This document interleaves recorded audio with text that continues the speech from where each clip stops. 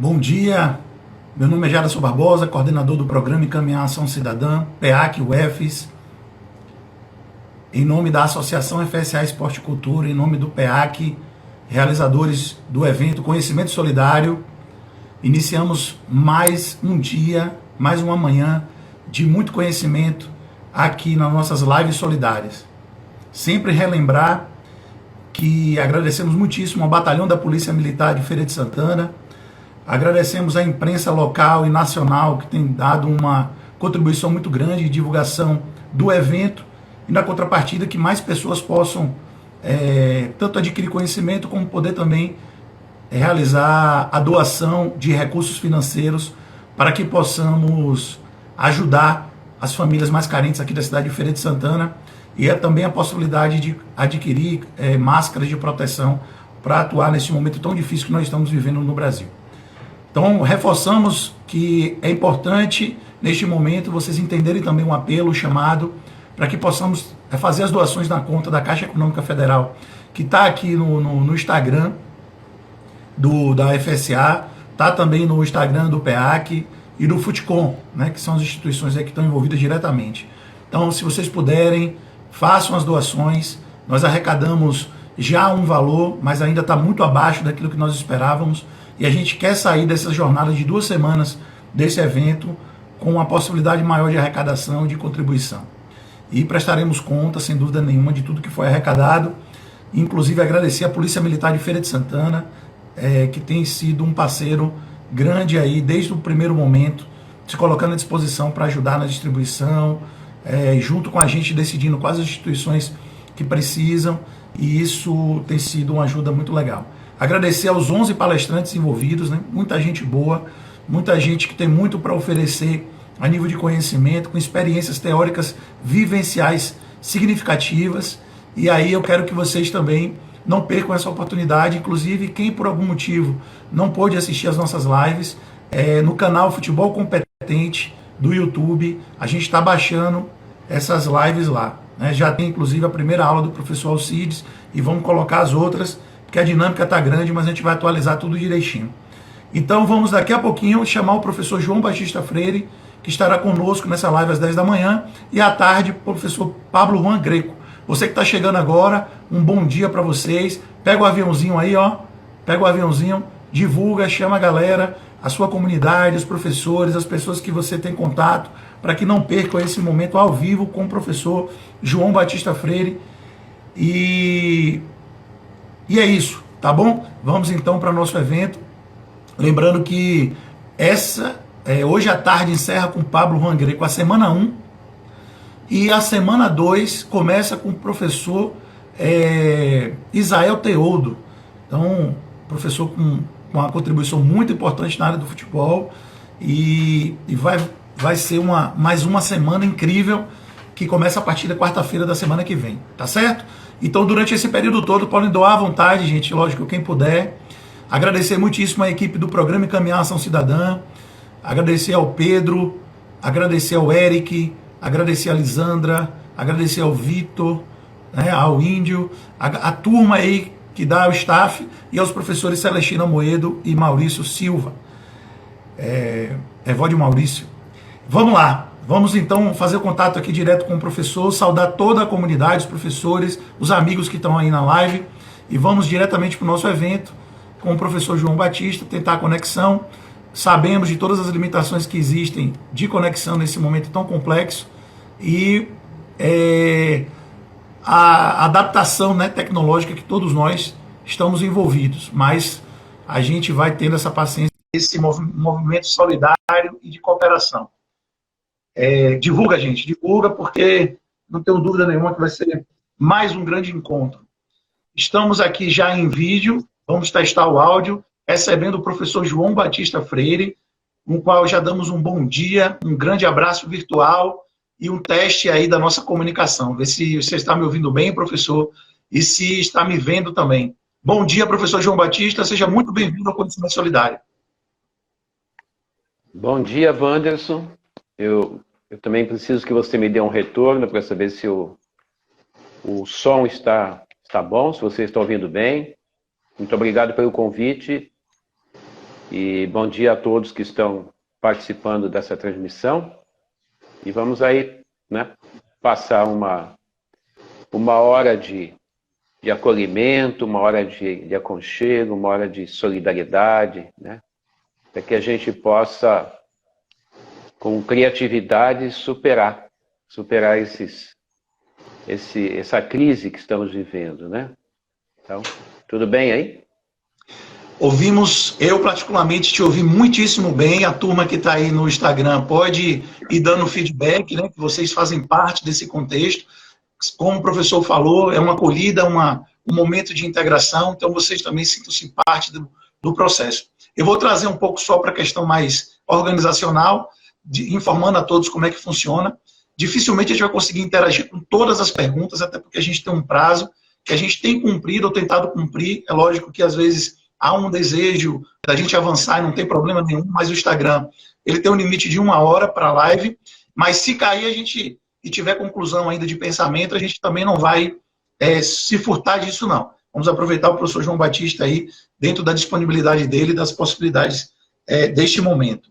E as questões das perguntas. Sempre eu vou estar anotando, fazendo síntese e tentando depois passar para o professor João Batista, e aí eu vou, à medida do possível, fazendo as intervenções, mas sempre dizendo que o objetivo principal é ouvi-lo nessa trajetória maravilhosa dentro da educação física do esporte e principalmente no lidar com seres humanos.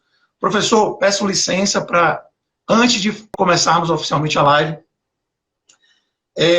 tentar te fazer uma homenagem virtual. É difícil, a gente sempre aqui na Universidade Estadual de Feira de Santana, quando estamos lendo o teu material, teus livros, que são, para a gente, livros de princípios sociais, filosóficos, humanos, e a gente tinha sempre o programa Encaminhação Cidadã, que é a realizadora do evento, do programa de extensão, um desejo muito grande de te trazer aqui na universidade, esperamos que a gente possa realizar isso em breve, mas como não foi possível, a gente pensou em fazer uma homenagem mesmo oral aqui nesse momento, reconhecendo o teu papel, a tua função de transformador, de agente social de transformação, de colaborador, através das tuas experiências teóricas e vivenciais, a tua vida de retidão ética, de publicações intensas e orgânicas que a gente percebe que é do chão, e a gente fica muito feliz e faz homenagem e agradece muitíssimo todas as suas colaborações.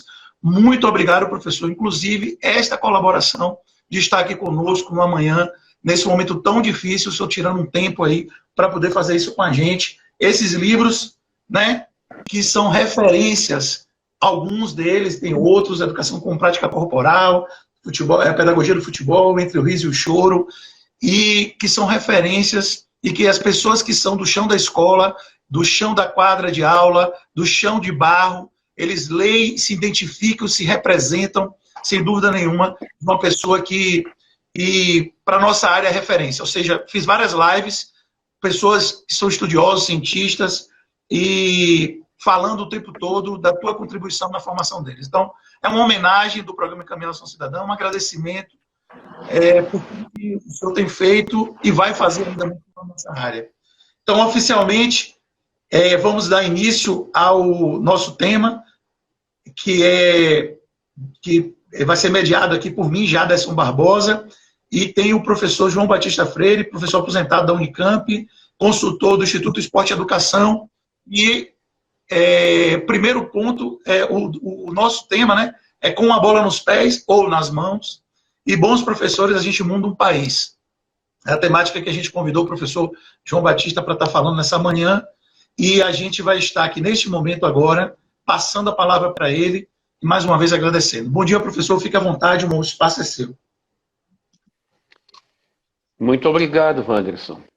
Eu agradeço bastante a homenagem, mas é o meu trabalho, né? Eu trabalho há muitos anos, né? Quase todos eles na educação física. Essa frase, né, que deu motivo à transmissão, era uma frase originalmente do Sócrates, do ex-nosso já falecido, né, nosso grande jogador do passado, Sócrates, que é um dos fundadores da Caravana do Esporte, onde eu trabalho. Nós agora também estamos aí numa luta danada para substituir a caravana, que é um trabalho prático, né? 12 vezes por ano em cidades diferentes do Brasil. A gente está tendo que substituir isso por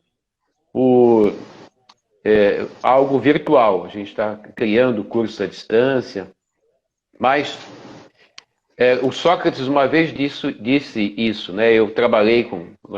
Viajamos com Sócrates algumas vezes, e ele uma vez disse isso: com uma bola nos pés a gente muda um país.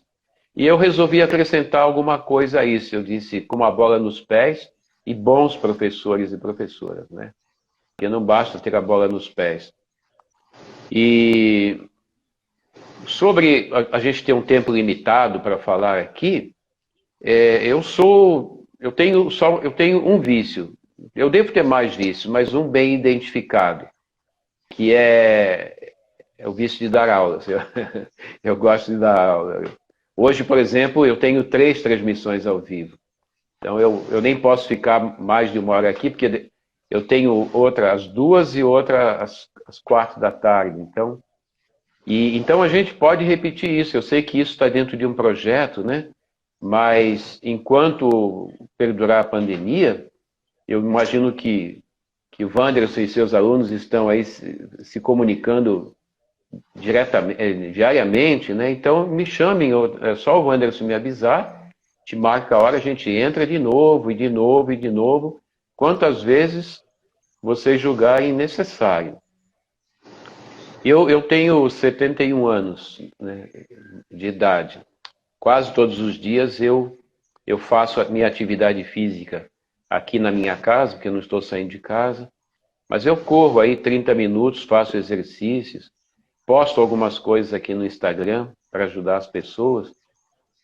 E eu não comecei no esporte. Em 1963 eu comecei trabalhando num banco. Eu tinha 14 anos, eu era office boy, fazia de tudo, né?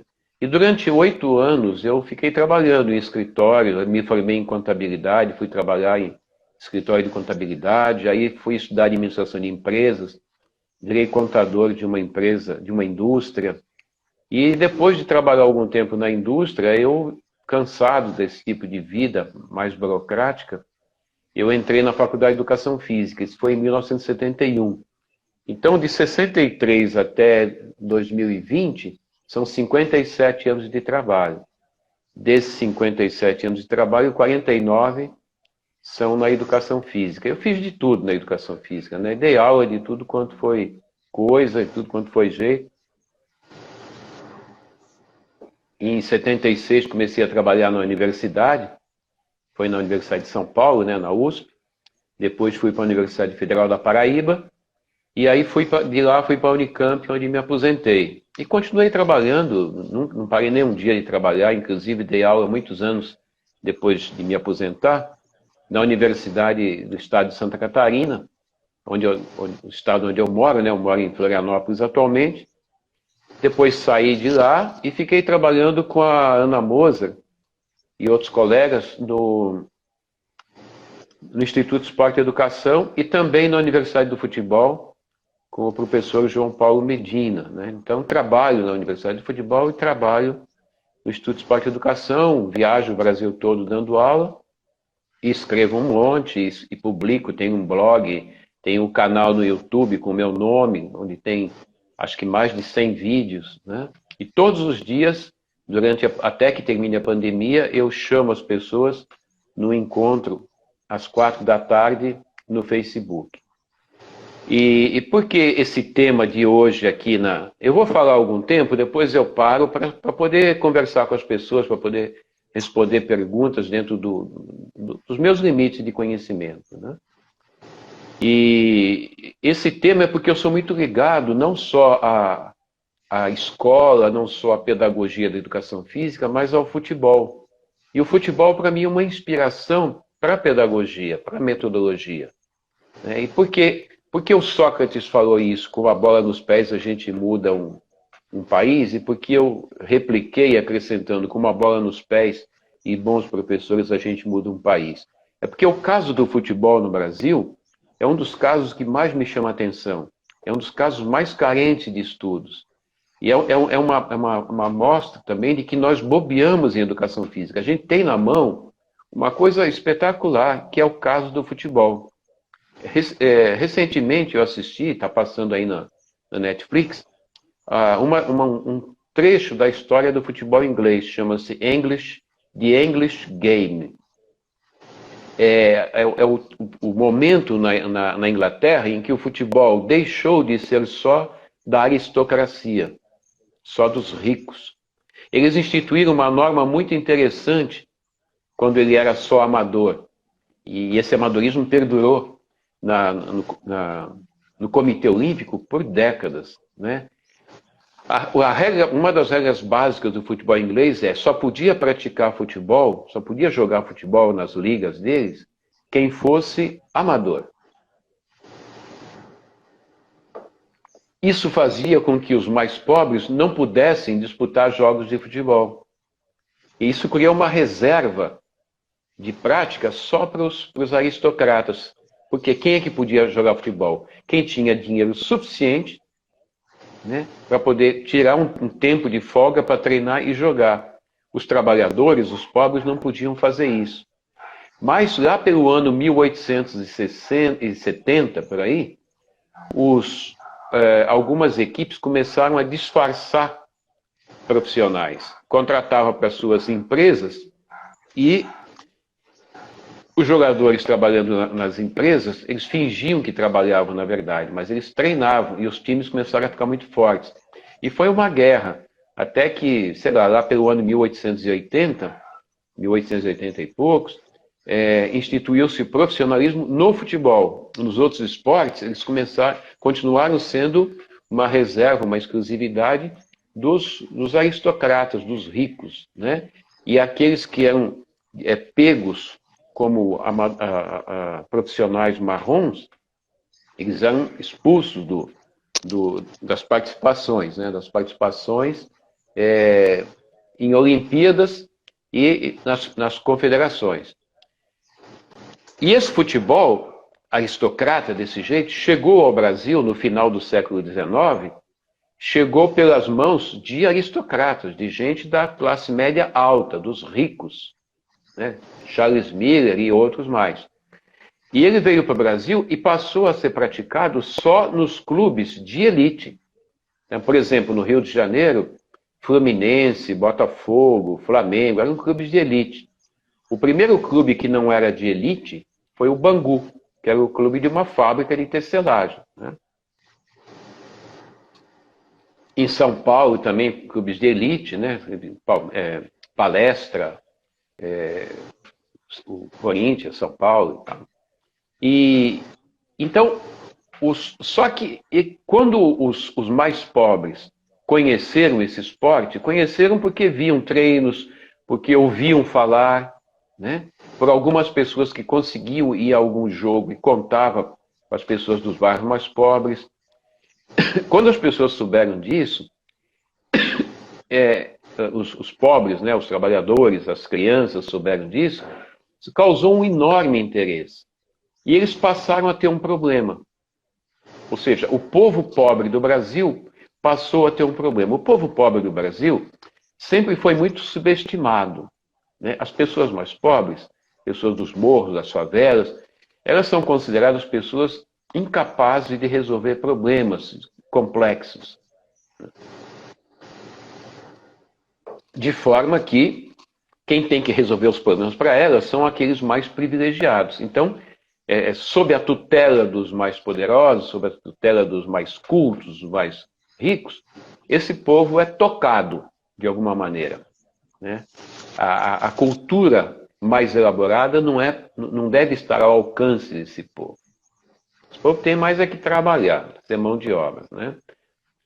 E aí, só que esse povo passou a ter um interesse muito grande por esse novo esporte chamado futebol, esse esporte inglês. Na verdade, o jogo de bola com os pés é milenar, mas foram os ingleses que criaram o tal do futebol. E aí esse povo queria jogar esse futebol. Não tendo possibilidades, eles tinham que resolver esse problema. E aí como é que o povo brasileiro resolveu esse problema? Resolveu de uma maneira muito original. Eles reinventaram o futebol. Eles criaram um outro jeito de jogar futebol, que não era o jeito inglês de jogar. Então, no começo do século XX, essa molecada nas ruas já jogava esse futebol. E eles foram brincando. Então, brincando de futebol, eles foram resolvendo esse problema. E ao brincar de futebol, como é que eles resolveram esse problema? Eles não podiam ter uma bola oficial. Eles inventaram bolas. E quando não tinha bola, chutava qualquer coisa que pudesse ser chutada. Uma lata servia, né? Mas basicamente a gente aprendeu a fazer bolas de meia. Alguns começaram a fabricar bolas de borracha, algumas fábricas faziam as bolas de borracha. A gente começou a improvisar as bolas. Os pobres não tinham um campo de futebol gramado à disposição, eles inventaram seus campos de futebol.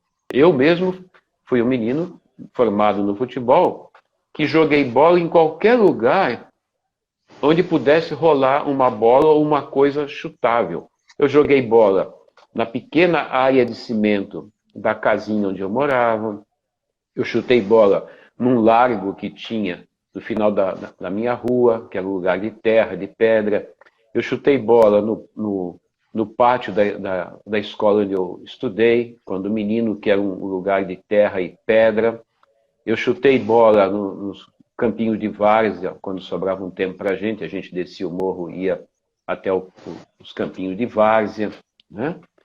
Então, só que antes de mim, lá no começo do século, eu sou de 1948, muito antes disso, essa molecada começou então inventaram a bola, inventaram o campo, inventaram regras, inventaram a organização dos times, inventaram tudo isso. Em 1920, mais ou menos, 20 e poucos, os portugueses que dirigiam o Clube Vasco da Gama, né, e que eram menos racistas, talvez, do que outros brancos, né, que dirigiam times de futebol, eles levaram um susto quando começaram a observar nas ruas do bairro de São Januário a molecada pobre jogando bola. E eles disseram o seguinte: essa molecada joga melhor que nossos jogadores do time, né, do time Vasco da Gama. Aí alguns falam, bom, vamos levar essa molecada para jogar no Vasco, então. E como é que a gente faz? Eles não podem parar de trabalhar, eles não podem treinar, eles vão ter que trabalhar, eles não têm como se sustentar. Aí, só que quem dominava as padarias no Brasil? Os portugueses, principalmente no Rio e em São Paulo. Aí eles resolveram facilmente isso. A gente bota eles como funcionários da padaria. Eles vão lá fazer alguma coisinha, mas na verdade eles vão treinar futebol. E botaram a molecada da rua, que tinha reinventado o futebol, para jogar no Vasco da Gama. Quando eles chegaram no Vasco da Gama para jogar contra Flamengo, Fluminense, Botafogo e outros times, eles não jogaram como os ingleses jogavam, eles jogaram como brasileiros. Então foi uma grande oportunidade. Isso aconteceu na capoeira também, uma outra hora a gente pode falar da capoeira. Então, foi muito interessante porque foi uma oportunidade do brasileiro fazer uma coisa importante como brasileiro. Então, não foi só como disse o Mário Filho naquele livro O Negro no Futebol Brasileiro, não foi só uma oportunidade do negro aparecer para a sociedade brasileira. Foi uma oportunidade do brasileiro fazer uma coisa importante sem copiar um modelo europeu. Porque na escola a gente copiava modelos europeus, né? Porque os currículos, eles são europeus, eles são feitos sob orientação das teorias europeias, dos doutores nas universidades, né? Os costumes eram europeus, então tudo que era bom, que era considerado bom, né? Os trabalhos, os estudos, as teorias, né? A cultura que prestava, o que era considerado bom, era europeu. De repente, uma cultura forte que começava a dominar o mundo, o futebol estava passando a ser uma das coisas mais importantes da cultura mundial, é feita por brasileiros ao modo brasileiro. Foi uma das primeiras vezes, junto com a capoeira, né? A capoeira não tinha essa projeção toda, que uma coisa genuinamente brasileira e importantíssima pôde ser mostrada para os brasileiros. E aquilo causou um susto, porque ninguém mais ganhava do Botafogo, ninguém ganhava do Vasco. O Vasco ganhou uns 3 campeonatos seguidos e só parou de ganhar exclusivamente quando os outros times perceberam que nunca mais iam ganhar do Vasco. Só tinha uma solução: botar a molecada para jogar no seu time, disfarçando-os, né, como amadores. Mas rapidamente o futebol, assim como tinha se tornado profissional na Inglaterra, começou a se profissionalizar no Brasil. E o Brasil começou a participar de torneios na década de 30, fora do Brasil, com esse futebol brasileiro. E começou a mostrar uma força enorme. Em 1950, o Brasil foi para o Mundial, né, e quase ganhou. Perdeu porque há imprevisibilidades em todo jogo, né? Mas sem dúvida alguma a maior força do futebol no mundo, em 1950, já era o Brasil. Disputou com algum sucesso em 54 e a partir de 58 ele passou a dominar o futebol no mundo até o começo dos anos 2000. Nunca houve uma força maior no futebol mundial que o futebol brasileiro. A gente pode, uma outra hora, conversar sobre por que a gente perdeu a hegemonia. O René, eu vi que o René Simões esteve com vocês aí, né? Uma pessoa por quem eu guardo um profundo respeito, e ele talvez tenha falado alguma coisa sobre isso. Mas o fato é, durante cerca de 50 anos nós dominamos. Dificilmente um outro país vai fazer isso no mundo, né? E agora, para nós que somos professores, o que é que chama mais atenção nisso tudo? A capacidade do povo, tão subestimado, de resolver problemas. Nas minhas lives diárias, das 4 da tarde, no Facebook, eu estou falando sobre isso, né? Por que quando nós, professores, vamos dar nossas aulas, ou quando nós, nas escolas, ou nas escolinhas de futebol, ou nas categorias de base, nós vamos para lá para resolver um problema. Nós e os alunos, nós e nossos alunos, insisto nisso, que somos os protagonistas do processo educacional, não importa se esse processo educacional está acontecendo numa escola pública, numa escola particular, numa escolinha de atletismo, de basquete, vôlei, numa ONG, não importa. É um processo educacional. Nós estamos educando pessoas, para o bem ou para o mal. Nós temos um problema para resolver, que é educar. Por que a gente não faz como fizeram os meninos pobres do Brasil quando reinventaram o futebol brasileiro? Por que a gente não leva em conta o processo que eles viveram? Vocês tiveram uma live aí com o professor Alcides Scaglia, que foi meu aluno na Unicamp e foi me orientando de mestrado e doutorado. E ele estudou uma coisa muito interessante no mestrado. Ele pegou ex-craques, não jogadores quaisquer, ex-craques de futebol, e ele perguntou para esses craques: como é que vocês aprenderam futebol? Foi brincando, foi reinventando a cada dia de brincadeira o futebol. Quando a gente brinca de futebol, a gente reinventa o futebol. Ele se torna extremamente criativo. Então, eles contavam dessas brincadeiras que os ensinaram a jogar futebol. Aí ele perguntava em seguida: e como vocês ensinam futebol? Ninguém respeitava isso. Todo mundo criava um artifício que não ensinava futebol, né? E quando nós vamos dar aulas, não precisa ser de futebol, de qualquer coisa. Estou dando uma aula de educação física numa escola, né? Eu e meus alunos, que somos os protagonistas daquele processo, temos um problema, que é produzir conhecimento. Por que eu não parto da minha realidade com esses alunos? Que realidade é essa? Somos eu e eles. Quem são esses alunos? De que classe social eles são? Onde eles moram? Onde é que fica essa escola? Em que bairro? Em que cultura? O que é que essas crianças... Qual a idade dessas crianças? Como é a família dessas crianças? O que é que eles já sabem? Do que é que eles brincam? Eu tenho que saber tudo isso. Antes de jogar na cabeça deles um currículo europeu, eu tenho que saber tudo isso. Então nós vamos, naquele momento, eu e meus alunos, nós vamos reinventar a educação física. Tá? Isso é uma coisa forte. Nós vamos reinventar a educação física. Não quer dizer que eu não tenha que usar teoria nenhuma, que eu tenha que usar metodologia nenhuma. Eu, por exemplo, particularmente, eu recorro a um método interativo. Eu e meus alunos vamos interagir uns com os outros, com os objetos, com o ambiente, com as regras da escola, e dali vai surgir uma educação física.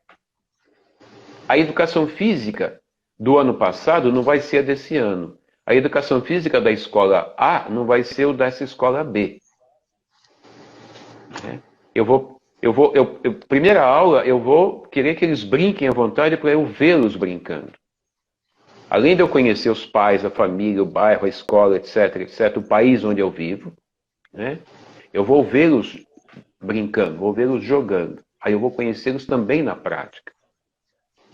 E na próxima aula, eu vou sentar com eles numa roda de conversa e vou dizer para eles, eu vi vocês brincando, eu vi que vocês gostam de brincar disso, daquilo. Eu já organizei meu planozinho de aula ali.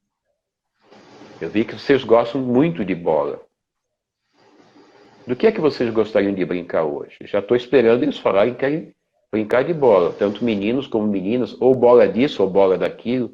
Ah, vamos brincar de queimado ou de baleado, né? Que é a mesma coisa. Ou de carimbo. Essa brincadeira tem vários nomes. Ah, vamos brincar de futebol, professor. Legal. Tá? Vamos ver, quem quer brincar de baleado ou de queimado? Aí o pessoal levanta a mão. E quem quer futebol? Outro pessoal levanta a mão. Aí imagina que eu diga assim, por que você acha que deve ser queimado? Ele vai justificar. E você? Ele vai justificar. E você? Por que é o futebol? A aula já começou. Nós estamos interagindo intensamente. Eles estão criando, eles estão construindo uma aula. Né? Bom, como não chegamos no acordo, levanta a mão quem quer queimada. Agora levanta a mão quem quer futebol. Ganhou o futebol. Vamos começar pelo futebol. Né? Vamos começar pelo futebol. Mas na outra aula, a gente vai para a queimada para poder contemplar todo mundo. Bom, vocês acham que sabem jogar futebol? Achamos. Então vamos ver se vocês sabem mesmo. Lógico que eu sei que eles vão jurar que sabem tudo de futebol, mas não sabem. Né? Aí nós vamos para o futebol. Vamos para o futebol. Primeiro vocês vão jogar à vontade. Parou o jogo, sempre todo mundo aqui. Bom, agora eu tenho uma sugestão para vocês. E aí eu começo o meu processo. Eu tenho um método. Né? Tá, agora vamos fazer isso. Vocês conhecem a brincadeira tal de futebol? Mais ou menos, não conhecem? Tá, então vamos brincar dela. Aí eu vou começar a orientação. Eu não quero ensinar exatamente o futebol. Porque eu não vou formar jogadores de futebol na minha escola. Se fosse na escolinha de futebol, eu ia fazer a mesma coisa, só que eu ia ter mais foco no futebol. Na escola, não. Na escola eu tenho outros focos. Né? Então, por causa do futebol, eu vou orientar brincadeiras que vão me ensinar uma melhor organização espacial, uma melhor organização temporal. Eu vou investir em brincadeiras que vão melhorar o vocabulário corporal deles, né? O acervo né? Eu vou parar de vez em quando o jogo para eles se organizarem, para eles darem palpite, para eles darem sugestões. Então, eu começando com eles e a toda hora acessando a inteligência dessas crianças, eu vou tocando, né? Eu vou desenvolvendo o meu currículo. Na próxima aula, eu começo com o futebol, mas aí eu pulo para a queimada. E eu vou começar uma queimada bem parecida com o futebol, para não quebrar o processo. Eu vou transitar do futebol para a queimada. Né? E aí, ou fico 2 aulas no futebol, só depois eu passo para a queimada. Eu fico 2 aulas na queimada, né? Mas no meu currículo está escrito que ao longo, se aquela minha turma tem, por exemplo, 10 anos, mais ou menos, ao longo do semestre, eu vou trabalhar brincadeiras populares, jogos pré-desportivos, etc, etc. E quero trabalhar, eu quero trabalhar inúmeras habilidades. Habilidades do esporte como tal, habilidades motoras como tal, capacidades motoras tais. Isso está tudo programado. O aluno não sabe disso. Mas partindo do aluno, partindo da escola, partindo do país que eu vivo, do lugar que eu vivo, eu vou desenvolvendo isso. Eu não preciso empurrar isso goela abaixo dos alunos. Eu tenho que construir isso com eles. Eu tenho areia, cimento, pedra, ferro. Eu vou construir o meu prédio junto com meus alunos. Né? Eu não preciso criar um artifício. E eles vão se sentir protagonistas do processo. Aquilo vai ter significado para eles. Não tem por que o meu aluno dizer para mim, professor, a gente quer jogar bola. Eu dizer, não, aqui nós não vamos jogar bola. Não existe isso. Se eles querem jogar bola, eles vão jogar bola. Se eles querem dançar, eles vão dançar. Não tem mais sentido, gente, no ensino médio, por exemplo, a gente impor coisas para os nossos alunos de ensino médio. Eles têm que ser parceiros. Ou eles vão ser parceiros, ou eles vão ser adversários. Vocês escolhem. Se eles forem parceiros, eles são tão ou mais inteligentes do que nós. E aí nós vamos fazer os nossos projetos com nossos alunos de ensino médio. Eles enxergam longe. Adolescente enxerga longe. Adolescente vive no mundo virtual. Né? Muito bem, então, de maneira geral, é isso. Eu estou controlando a hora aqui, faltam 23 minutos. Então, essa é uma geral. Né? Como 1 hora foi pouco para o Alcides, foi pouco para o Renê, vai ser pouco para o Pablo, né? É pouco para o nosso encontro. Me acessem a hora que vocês quiserem e esse assunto continua. Agora, vocês vão colocar aí, com a ajuda do Anderson, as coisas que eu devo falar para vocês, as coisas que vocês querem dizer. Porque senão fica assim, né, um encontro de uma pessoa só. Isso não é legal. Né? Então vamos lá, um minutinho para começar aqui. Professor, eu tenho certeza que todos aí estão escutando com muito cuidado e atenção cada palavra, né, que é uma experiência muito importante. Claro que, como eu falei, né, 1 hora de live, se eu puder dar 10, 20 minutinhos a mais, a gente não vai reclamar, não. Mas vamos lá. Veio esse processo da construção, né, histórica do futebol, essa organização, e o pessoal foi interagindo, trazendo alguns elementos de uma maneira geral. Mas o grande ponto que surgiu, que eu percebi que foi, tentando fazer uma síntese assim, dos principais questionamentos que surgiram, ou dúvidas, né? Você falou da questão do brincar de rua, do processo criativo, e que as crianças ali tiveram essa oportunidade, os clubes depois perceberam isso, e trouxeram essas crianças, esses adolescentes e adultos, que tinham essa vivência da rua, para dentro do jogo profissional, e o Brasil deu um salto qualitativo e tal. Imediatamente todo mundo se remete a essa discussão que está no momento, como é que está o futebol brasileiro, como é que está essa situação, se a gente está copiando o modelo europeu, ou se a gente tem que aprender algumas questões conceituais lá. Então, eu queria que você falasse sobre isso, como é que está a sua visão do futebol hoje, e essa relação com o futebol europeu, com os conhecimentos que têm sido produzidos e sistematizados lá, e que a gente tem bebido dessa fonte, principalmente depois de 7-1, né? Aconteceu uma abertura enorme aqui a nível de Brasil para essas informações. E aí a Universidade do Futebol e todo mundo que está produzindo conhecimento ganhou, inclusive, muito mais força e muito mais atenção. É o primeiro ponto.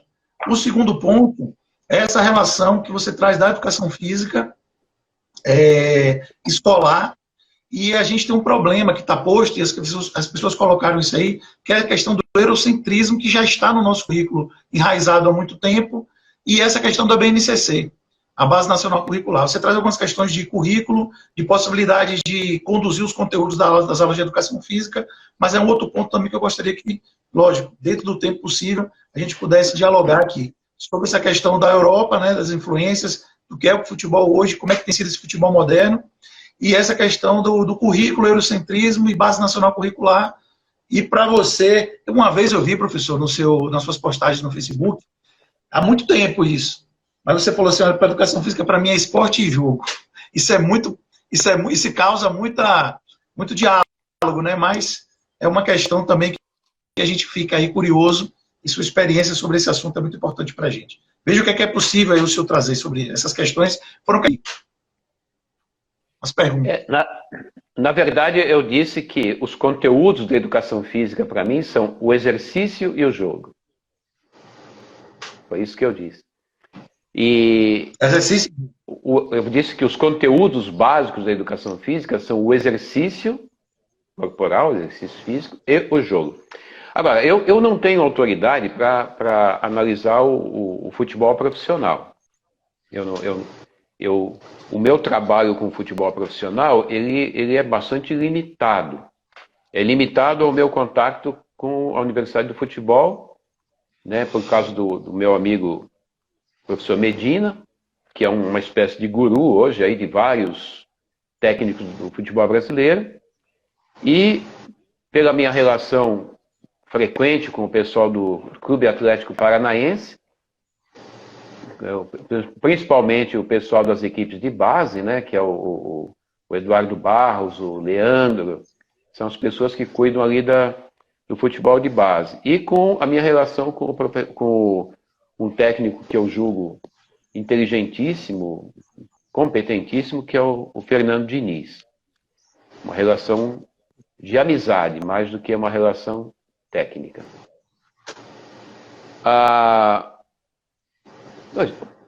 Vou fazer uma analogia.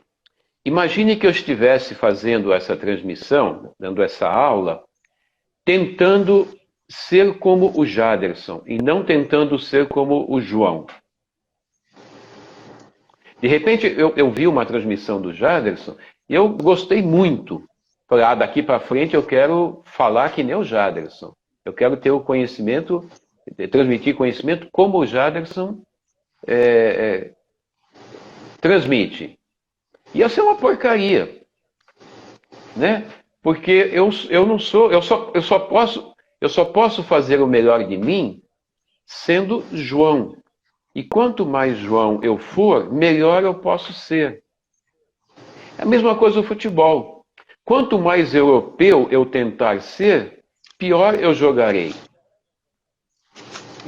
Eu como jogador brasileiro, eu serei melhor jogador quanto mais jogador brasileiro eu for. Eu não posso me travestir de jogador europeu. Quando o Pep Guardiola disse que tirou coisas muito boas da história do futebol brasileiro para montar suas equipes, ele não quis dizer que passou a jogar como brasileiro. Ele só quis dizer que ele levou em consideração o que nós sabíamos, o modo como nós sabíamos jogar futebol, para melhorar as coisas que ele fazia. Mas para continuar jogando como espanhol, e nem como europeu, como espanhol, né? Como europeu espanhol. É diferente. Ele foi extremamente inteligente para fazer isso. Já o Klopp, né, o técnico do Liverpool, ele já joga de um jeito diferente. Achou um outro jeito de jogar. E o Klopp e o técnico anterior a ele deixam sempre muito claro isso. Nós temos uma concepção socialista de sociedade. Então, essa ideologia, de alguma maneira, vai marcar nossas equipes. Então, a gente acha um jeito de jogar que seja de acordo com uma determinada cultura. Então, não se trata, por exemplo, de hoje nós olharmos... A gente tem que olhar o que está sendo jogado na Europa, claro. Né? A gente tem equipes fantásticas, jogando muito bem. Agora, para a gente conseguir jogar mais ainda como brasileiros. Eu só quero aprender com o Pep Guardiola para melhorar o brasileiro que eu sou. O que é que isso pode me ajudar a ser mais brasileiro? Né? É só isso. Agora, nós vamos fazer o quê? Vamos reproduzir a rua, então, nas equipes de base do futebol brasileiro? Não. Os meninos da rua no Brasil, no século XX, começo do século XX, resolveram o seu problema. Se eu for trabalhar com uma equipe de base, eu tenho que resolver o meu problema com meus alunos. É outro problema. Se aquele futebol de rua é muito criativo, claro que eu tenho que aproveitar aquilo. Eu vi recentemente um jogo de meninos no Atlético Paranaense, meninos de 11 anos de idade, 10, 11 anos. em estado puro, saídos da rua, levados lá para o Atlético, jogando um torneio, eu vi o melhor futebol do mundo. Absolutamente sensacional. Se bobear, quando eles tiverem 20 anos, eles serão piores. Quer dizer, é a partir daquilo que eles têm que melhorar. Isso que eu estou falando está acontecendo. O moleque chega num time profissional, né, numa equipe de base, com 11 anos, jogando maravilhosamente. Aos 20 anos, ele é irreconhecível. Por quê? Porque nós somos burros. Porque a gente não sabe aproveitar. O moleque faz tudo com a bola. A França está fazendo isso melhor. Por isso que eles estão com um monte de jogador aparecendo aí, fantásticos, né? Então, é dali para mais, não pode ser dali para menos. Só que esse é um problema que cada equipe vai ter que resolver, cada professor vai ter que resolver, né? Agora, vocês estão querendo saber, eu não sou de BNCC, eu não sou especialista em BNCC, né? Mudando de assunto agora. Eu tive que ler coisas do BNCC porque a minha editora pediu para eu escrever sobre o BNCC.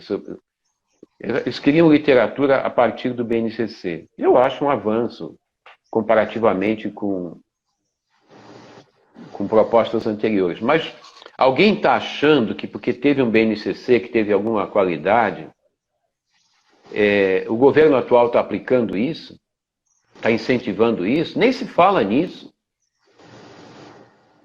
Nós temos um ministro da Educação que disse ontem, ironizando a pandemia, que ele não está vendo os corpos espalhados pelas calçadas. Ele tirou sarro no nosso problema gravíssimo. Você acha que um cara desse vai incentivar a aplicação de implantação de BNCC?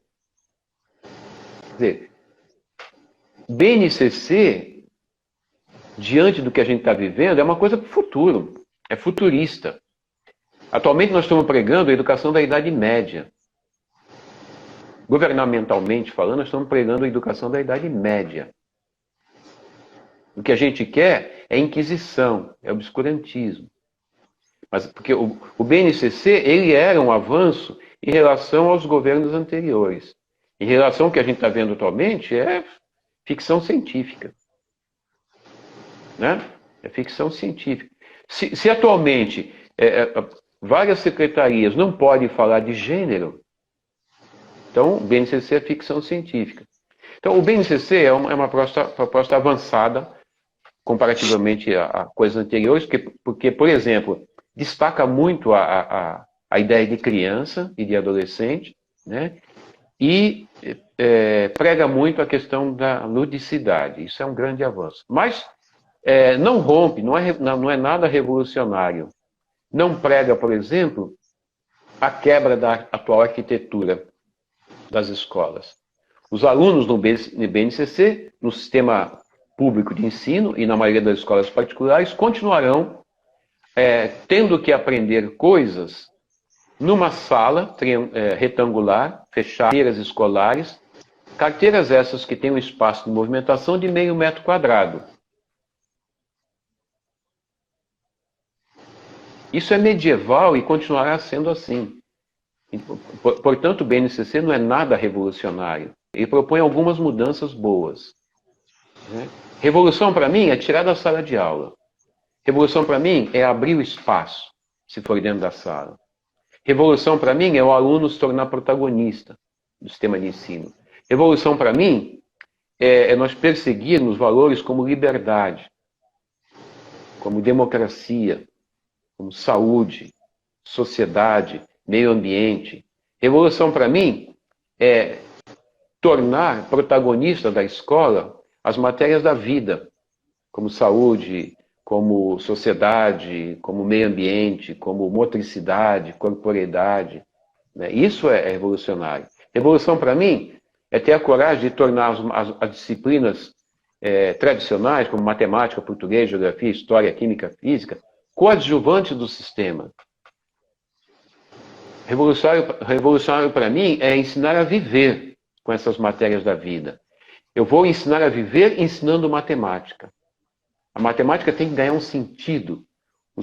Quer dizer, tornar a pessoa mais saudável, mais sociável, mais politizada, mais livre, enquanto aprende matemática, enquanto aprende português, enquanto aprende biologia. E não aprender por aprender. Não aprender química porque cai na prova, porque cai no vestibular. Isso é ridículo. É tão ridículo que vocês que estão me ouvindo não aprenderam química.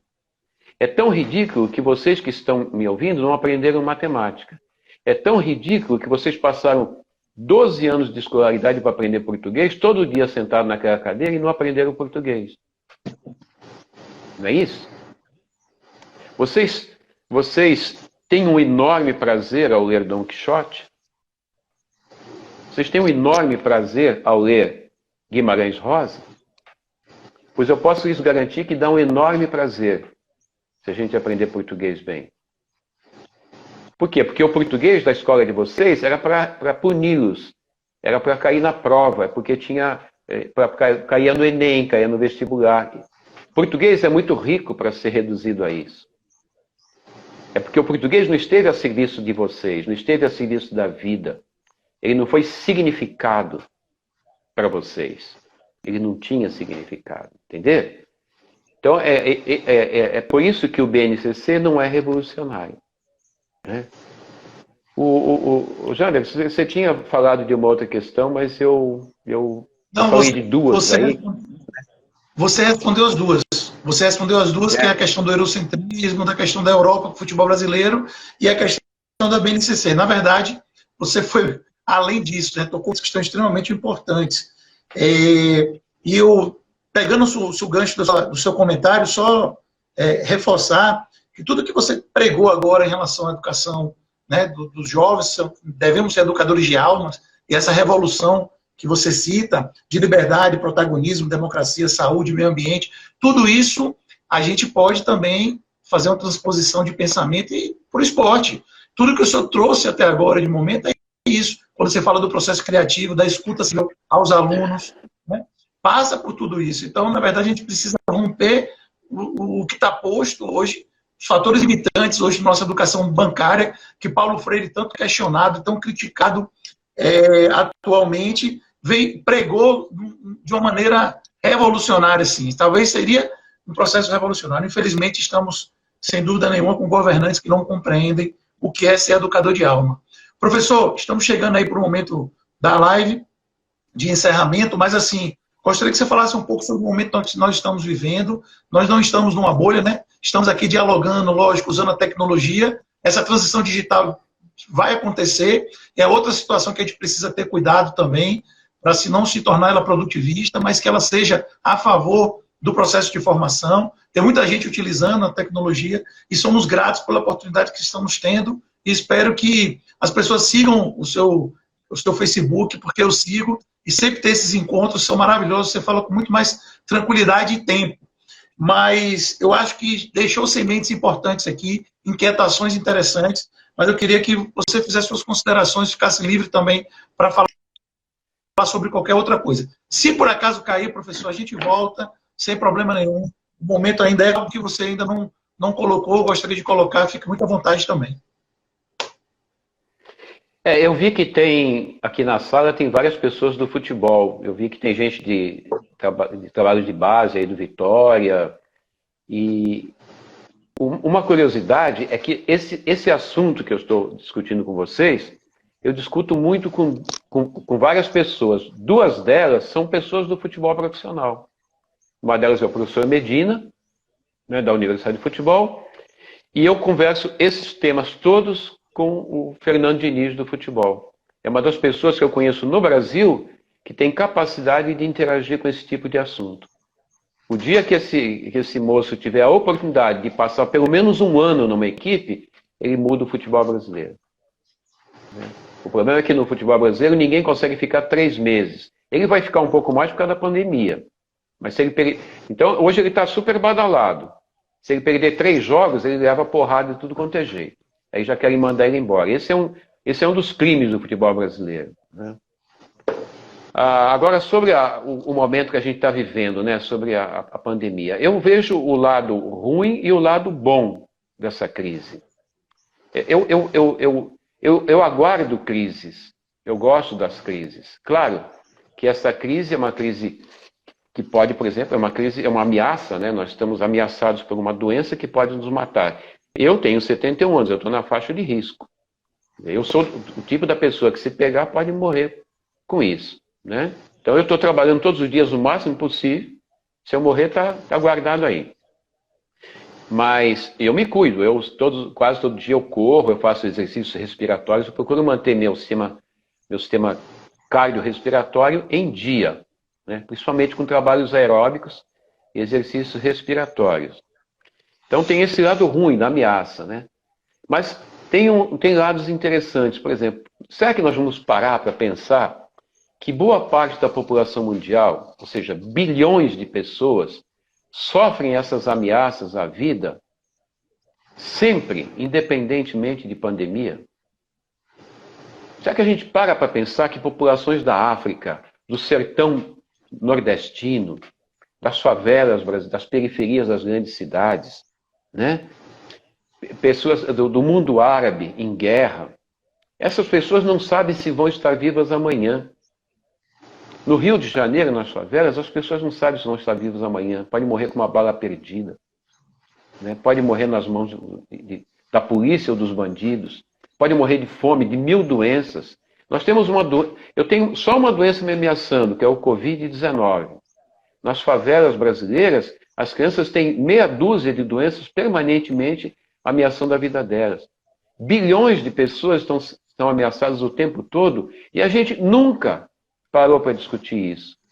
Quando é que teve uma quarentena para a gente discutir a ameaça à vida da maioria da população do mundo? Nós só paramos que está ameaçando a vida da classe média, da gente que tem condição de vida diariamente. Os outros a gente nunca parou para discutir. A gente deixa na mão do Médicos Sem Fronteiras, da Cruz Vermelha, né? da Organização dos Refugiados, mas a gente não quer se meter com isso. Isso tudo é importante. Então, essa é uma boa oportunidade. A outra boa oportunidade, a gente criar novas formas de trabalhar. Por exemplo, por que as universidades nunca recorreram a isso que a gente está fazendo agora aqui? Por que o professor da Federal de Feira de Santana tem que ser só o Janderson, fulano, fulano, fulano e fulano? Por que ela não pode contratar professores para, durante todo o ano, ter aulas desse tipo? Por que a Universidade de Feira de Santana pode pagar o professor fulano e tal, mas não pode me dar R$100 para poder, de vez em quando, dar uma aula para Feira de Santana, para a Federal da Paraíba, para Tocantins? Eu posso estar no Brasil inteiro. A gente vai ficar agora só esperando as verbinhas lá da CAPES para poder pagar fulano e ciclano, o ano inteiro os alunos vendo as mesmas caras, né? Quer dizer, tem um monte de coisa que a gente vai ter que repensar. Oi? Isso é romper os muros. Por que não romper os muros? Vamos pensar nisso, né? Então é isso, né? Estamos chegando ao fim aqui e espero que vocês tenham...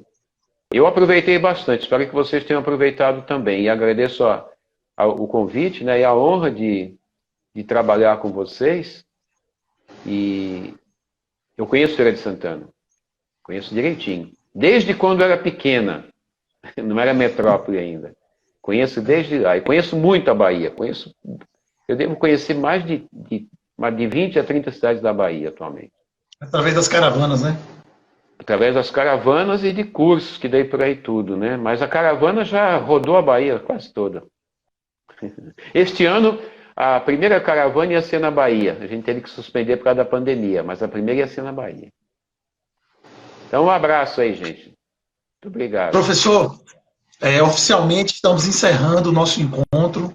Essa 1 hora de live, sem dúvida nenhuma, foi riquíssima, deixou aí várias questões que, enquanto profissionais de educação física, do esporte, nós temos que nos debruçar e refletir bastante. Acho que sua experiência teórica e vivencial, ela contribui muito para o momento e para o que nós vamos passar. Então, em nome da Associação FSA, em nome do Programa Encaminhar Ação Cidadã, PEAC, agradecemos muitíssimo sua participação, muito obrigado. Fizemos uma homenagem aqui no início, mas essa homenagem se estende aí por muito tempo, e vamos sim fazer outras lives, outros momentos, esperamos poder compartilhar com o seu conhecimento cada vez mais. Pessoal, bom dia a todos vocês, muito obrigado. E à tarde com o Pablo Van Greco. Um abraço.